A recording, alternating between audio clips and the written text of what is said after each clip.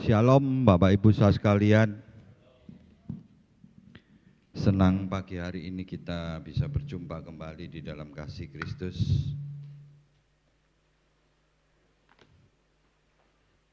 Pertama-tama saya ucapkan selamat kepada Bapak Gembala kita atas wisuda doktornya yang sudah penuh sekarang.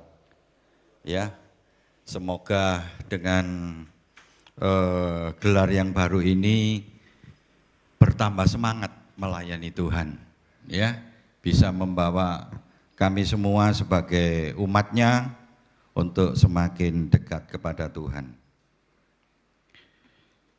Yang kedua, selamat ulang tahun, panjang umur buat Bapak Gembala yang hadiahnya doktor, ya, hadiahnya, ya, luar biasa.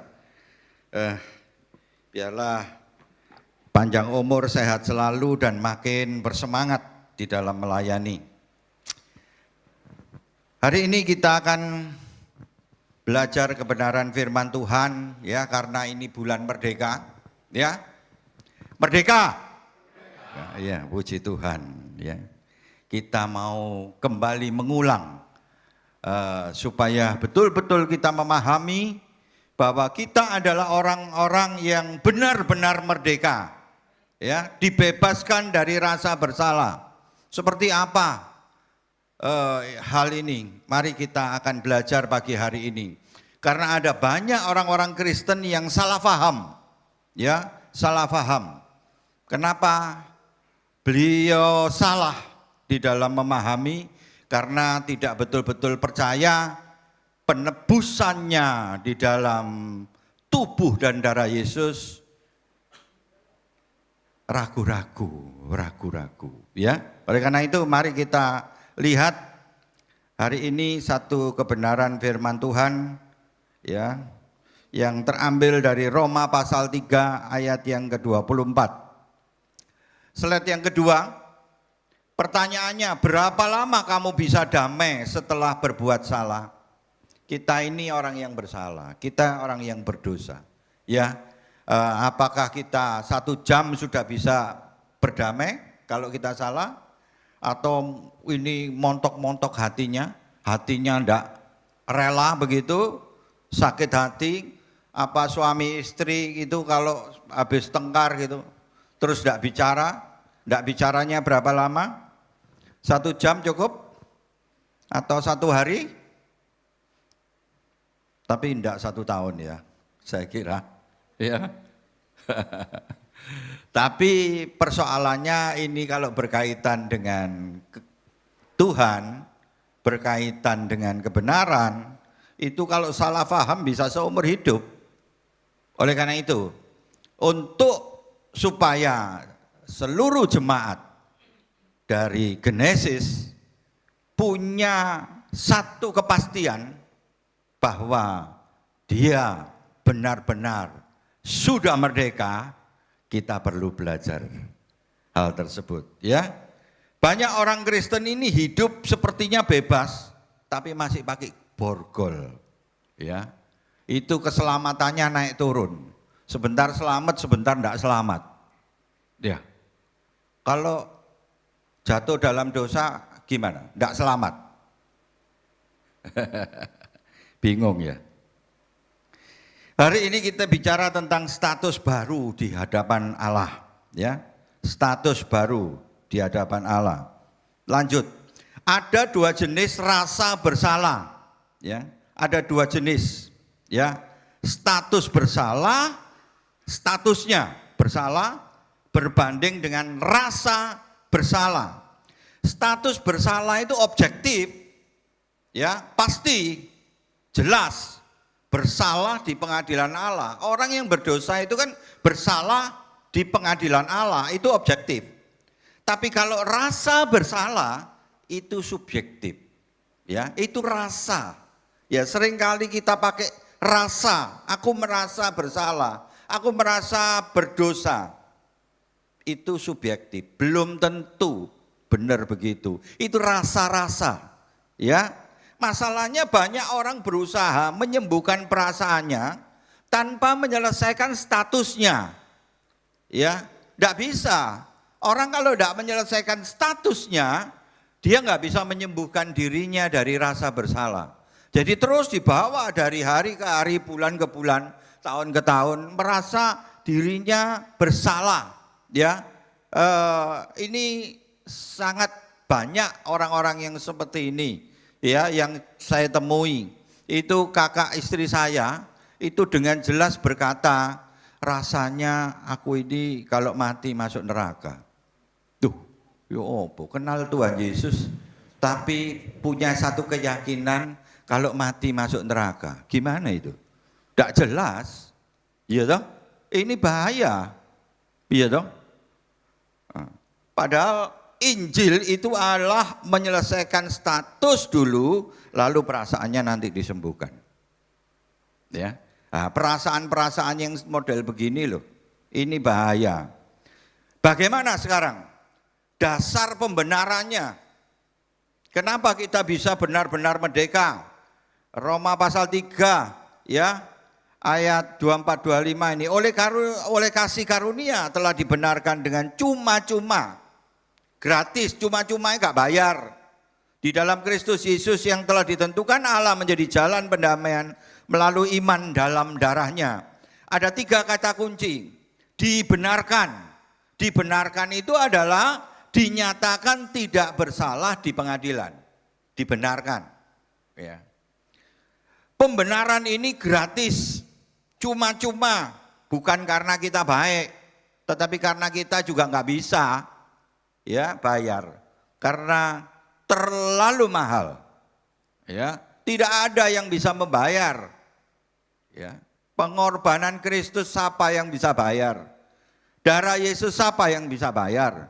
Enggak mungkin. Oleh karena itu, dia berikan dengan cuma-cuma. Ya. Darahnya itu sama dengan harga lunas sudah dibayar. Roma pasal 6 ayat 23, upah dosa itu harusnya maut, bayarnya bayar maut. Ya. Jadi orang yang berdosa itu bayarnya maut. Ya. Tetapi kita ini mendapatkan kasih karunia yang bayar bukan kita, yang dosa kita yang bayar Tuhan Yesus yang bayar. Makanya digratiskan. Karena apa? Karena kita tidak akan bisa bayar. Siapa yang bisa bayar? Korban yang begitu, ya. Kita masuk satu ilustrasi ya, supaya Bapak Ibu mudah memahami. Yang pertama, kalau kita bersalah, hakim akan berkata, saudara bersalah. Keputusannya. Hakim berkata, bersalah itu berarti status saudara narapidana, salah. Ya, itu kalau hakim bicara begitu. Kita memang orang berdosa. Tidak ada orang di dunia ini yang tidak berdosa, sekalipun pendeta. Ya, sekalipun yang berdiri di mimbar ini, ia berdosa. Statusnya bersalah, statusnya berdosa. Tapi yang luar biasa bagian yang kedua, Yesus ngomong, saya yang bayar dan kebenaranku saya berikan ke dia. Untuk bayar, kita berdosa, tapi Yesus yang bayar. Kalau Yesus yang bayar, atas apa yang harus kita bayar, maka hakim akan berkata, kasus ditutup, kamu dinyatakan benar karena kamu sudah dibayar. Selesai. Kasusnya ditutup. Statusnya jelas. Kalau Yesus yang bayar, lunas. Jangan dibuka terus kasusnya. Tutup. Status kita sudah dipenuhi. Hakim akan berkata, saudara dibenarkan. Jadi Bapak Ibu saudara sekalian, mari jangan pernah salah paham lagi. Kalau Yesus sudah bayar kita, maka kasusnya ditutup. Statusnya jelas, kita adalah orang yang benar-benar merdeka. Dan catatan di bawah ini bukan proses. Keselamatan itu bukan proses. Keselamatan itu bukan diusahakan, tiap hari diusahakan supaya aku diselamatkan. No, bukan. Begitu Yesus bayar, stop. Kasusnya ditutup. Saudara sudah dibenarkan. Jangan salah paham lagi.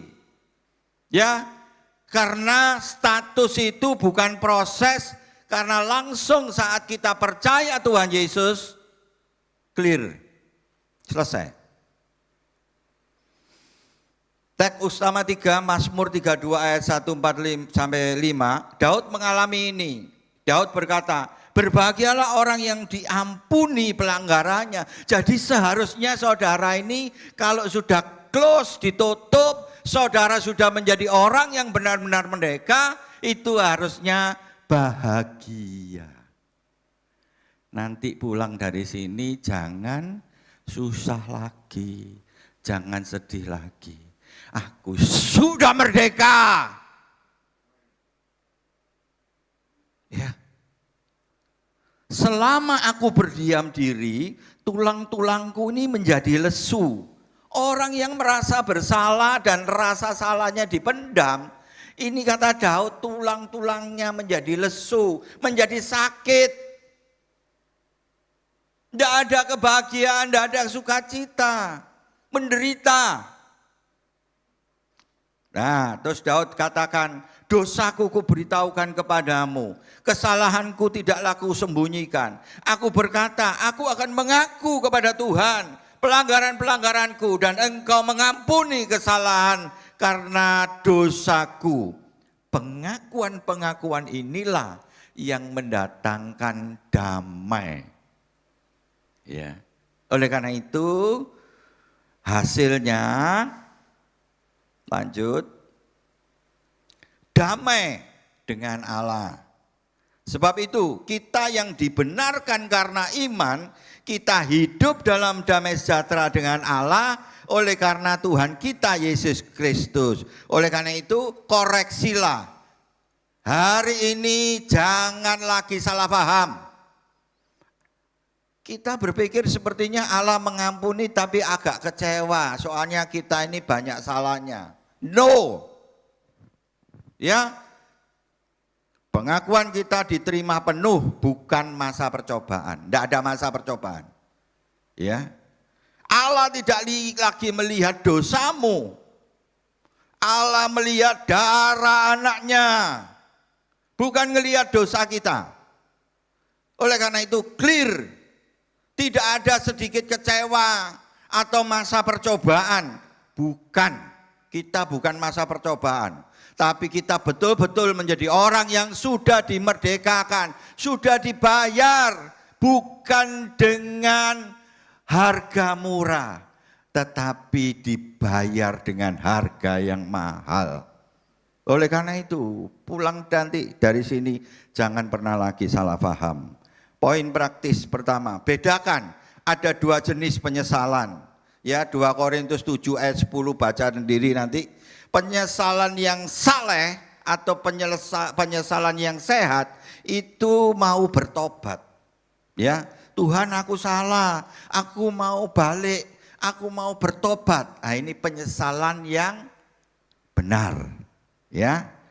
Rasa bersalah kronis itu menyiksa. Kita datang kepada Tuhan, Tuhan aku gagal terus, aku tidak layak, aku salah terus. Lah ini keliru. Ya. Oleh karena itu kalau menyesal, datang mengakui, minta ampun sama Tuhan dengan satu komitmen, saya tidak lagi mengulangi hal ini lagi Tuhan, aku mau bertobat. Ya, itu nanti kita akan menikmati ya salib.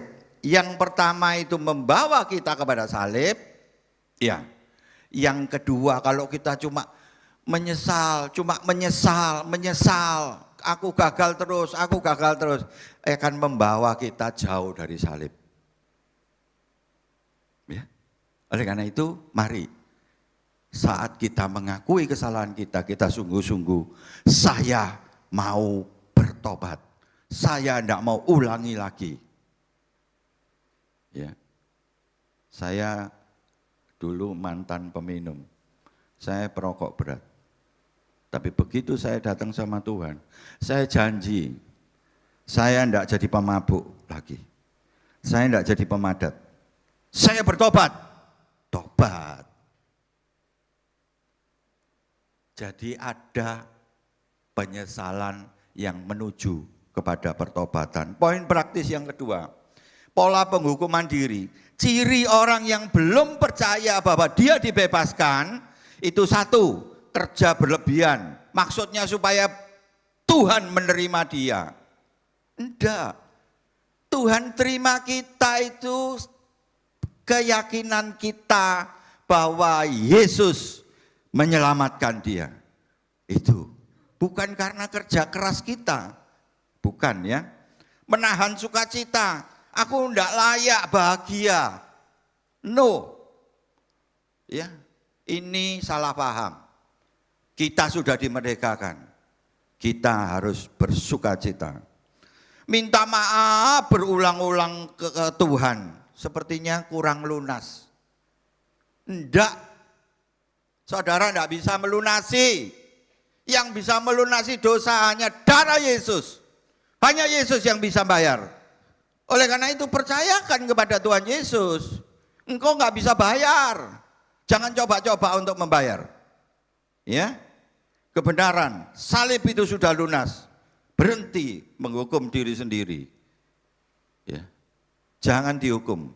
Dirinya sudah merdeka. Betul-betul merdeka. Salib itu betul-betul memerdekakan kita. Langkah konkret, kasus ditutup. Bagaimana caranya? Satu, akui, sebutkan dosamu secara spesifik di hadapan Tuhan. Kemudian yang kedua, percaya darah Yesus sudah menghapus. Deklarasikan, aku sudah dibenarkan. Roma 8 ayat 10 katakan, tidak ada penghukuman lagi. Tidak ada, stop. Kasusnya sudah ditutup. Selesai. Jangan dibuka-buka lagi. Ya. Mari untuk memenuhi apa yang kita sudah dengar pagi hari ini, kita bersama-sama kita baca doa pengakuan, pernyataan iman. Kita baca bersama-sama ya doa ini. 1, 2, 3. Tuhan, aku mengakui dosa-dosaku. Aku percaya darah Yesus telah menebusku dan kebenarannya diperhitungkan kepadaku. Hari ini aku menerima status baruku. Aku adalah anakmu. Aku dibenarkan. Aku berdamai denganmu. Dalam nama Yesus. Amin. Ya, kita sudah menyatakan doa ini bersama. Sebagai penutup, ya, kita harus punya komitmen. Setiap kali iblis atau hati kita menuduh, jawab dengan Roma 8 ayat 1. Tidak ada penghukuman bagi mereka yang ada di dalam Kristus Yesus. Tidak ada lagi. Ya, selesai. Tidak ada hukuman. Kita sudah dibebaskan. Kesimpulannya, Injil membebaskan kita dari dua hal. Statusnya bersalah dinyatakan benar oleh Kristus karena darah Yesus sudah membayar lunas. Tidak ada lagi hutang-hutang. Rasa bersalah ini akan sembuh manakala kita sadar bahwa kita statusnya sudah merdeka. Jadi benar-benar bebas, bukan setengah bebas. Kita ini sudah dibebaskan. Pulang dari sini jangan salah paham lagi. Mari kita bersama-sama datang kepada Tuhan. Kita pujikan satu pujian. Haleluya Yesus. Haleluya.